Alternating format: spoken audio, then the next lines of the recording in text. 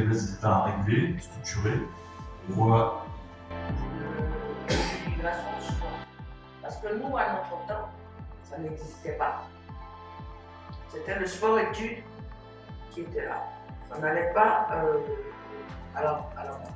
Mais ces jeunes sportifs dont vous parlez, quand bien même on les fait venir, un dirigeant des clubs les fait venir, et pour pouvoir faire un stage, quand le stage ne marche pas, quand on lui demande de repartir et de se reformer, il disparaît dans la nature. Vous voulez qu'on en fasse quoi? Moi, je travaille à l'ambassade de Côte d'Ivoire à Paris. On est confronté à ce problème-là. Parce qu'ils décident eux-mêmes de se mettre dans une situation de précarité. Pourquoi ne pas partir?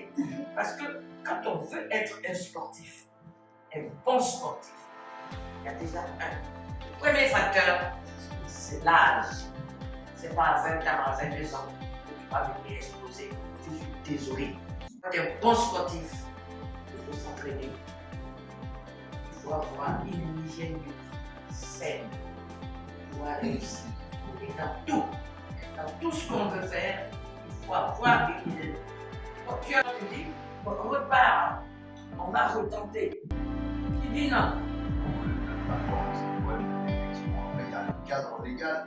Donc c'est vrai qu'aujourd'hui, ce qu'il faut, c'est un petit peu souligner, c'est difficile d'arriver à 21 ou 22 ans. Volonté, on ne peut pas délibérément bloquer quelqu'un, mais le contexte, c'est de savoir si quelqu'un va payer pour vous. Si quelqu'un veut payer pour vous, c'est que il a détecté quelque chose. Et ceux qui viennent sur la mer, ce sont ceux-là qu'on rencontre dans le club.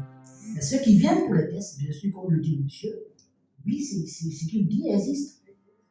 Mais dans le monde amateur, on rencontre beaucoup ceux qui viennent de façon par la voie maritime. Et là, c'est compliqué pour eux de s'intégrer. Sans invitation en bonne et due forme pour obtenir un visa Schengen, car en France, en ce moment, vu la tension qu'il y a, on ne vous donne pas de visa, et madame, l'ambassade, vous savez bien, pour l'obtention, il faut une promesse d'embauche.